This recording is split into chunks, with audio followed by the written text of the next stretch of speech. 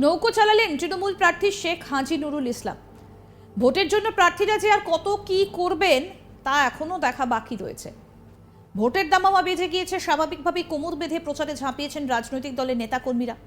প্রার্থীরা নিয়মিত নিজের এলাকায় যাচ্ছেন, প্রতিপক্ষের বিরুদ্ধে ভুরি ভুরি অভিযোগ তুলে ধরে নিজেদের মাটি শক্ত করার চেষ্টা করছেন। আর এই সময় আচমকা নৌকোর হাল ধরলেন বসিরহাটের তৃণমূল প্রার্থী হাজি নুরুল ইসলাম। প্রচারে বেরিয়ে নৌকোর হাল ধরে নৌকা চালাতে দেখা গেল বসিরহাট লোকসভা কেন্দ্রের তৃণমূল প্রার্থী শেখ হাজি নুরুল ইসলামকে। হাসনাবাদ ব্লকের ভবানীপুর এলাকার ইছামতির শাখা নদীতে নৌকো চালিয়ে ভোট প্রচার করেন তিনি। এলাকার মানুষের দীর্ঘদিনের সমস্যা ভবানীপুর এলাকার ব্রিজ।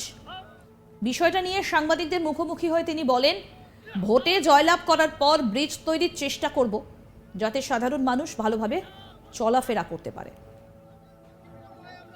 শোনাবো এবার কি বলছেন তৃণমূল প্রার্থী হাজি নুরুল ইসলাম, শুনুন। আমার অঞ্চল সভাপতি, ব্লক সভাপতি ইস্কেন্দার গাজী এবং আখের, এদের তত্ত্বাবধানে আজকে এই মিছিল হচ্ছে।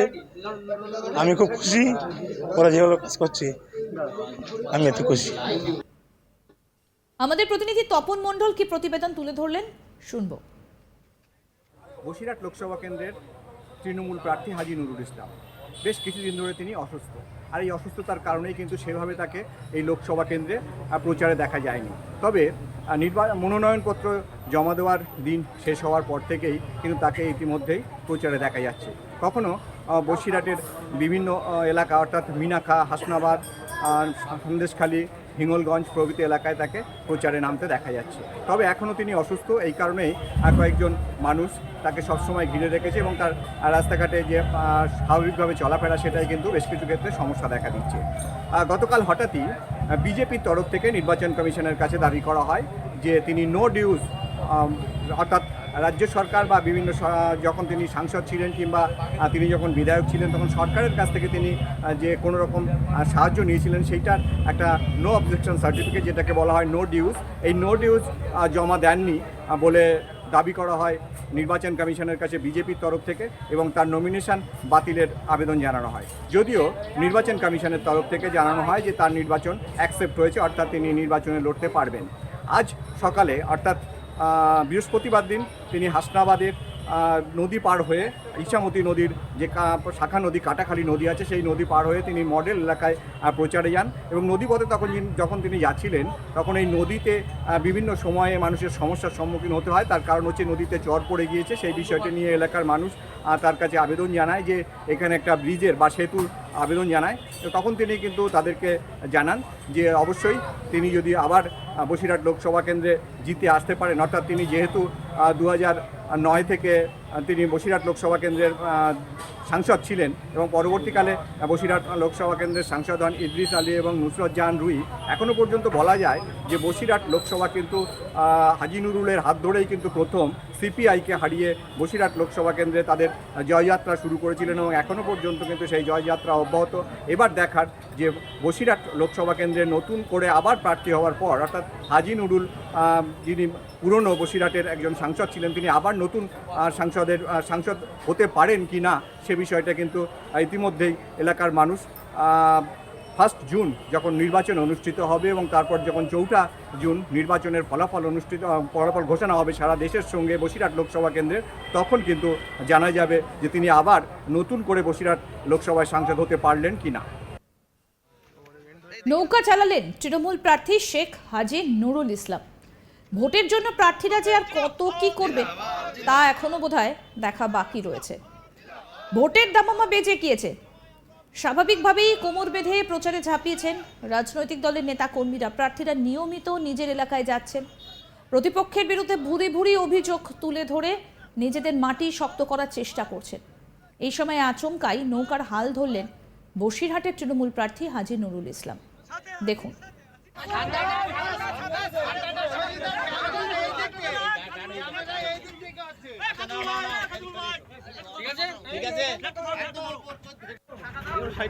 সামনেটা ক্লিয়ার করুন, একটু এগিয়ে আসুন না, একটু এগিয়ে আসুন না, একটু এগিয়ে আসুন না, একটু এগিয়ে আসুন না।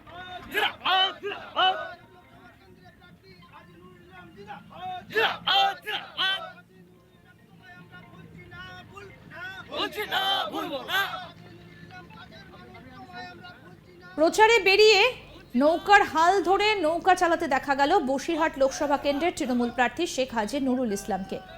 হাসনাবাদ ব্লকের ভবানীপুর এলাকার ইছামতির শাখা নদীতে নৌকা চালিয়ে ভোট প্রচার করেন তিনি। এলাকার মানুষের দীর্ঘদিনের সমস্যা ভবানীপুর এলাকার ব্রিজ। বিষয়টা নিয়ে সাংবাদিকদের মুখোমুখি হয়ে তিনি বলেন, ভোটে জয়লাভ করার পর ব্রিজ তৈরির চেষ্টা করব, যাতে সাধারণ মানুষ ভালোভাবে চলাফেরা করতে পারে। কি বলছেন হাজি নুরুল ইসলাম শোনাবো।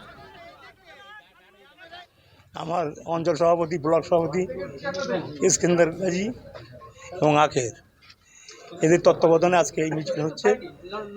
আমি খুব খুশি, ওরা যেভাবে কাজ করছে আমি এত খুশি।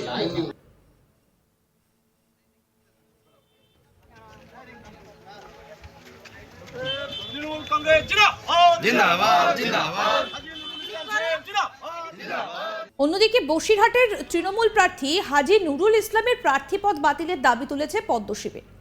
কেন এই প্রশ্নটা আসছে, এই বিষয়ে কি বলছেন বিজেপি সাধারণ সম্পাদক জগন্নাথ চ্যাটার্জি, আসুন শোনাই। তৃণমূল কংগ্রেসের দক্ষিণ কলকাতার প্রার্থী মালা রায়, শ্রীমতী মালা রায়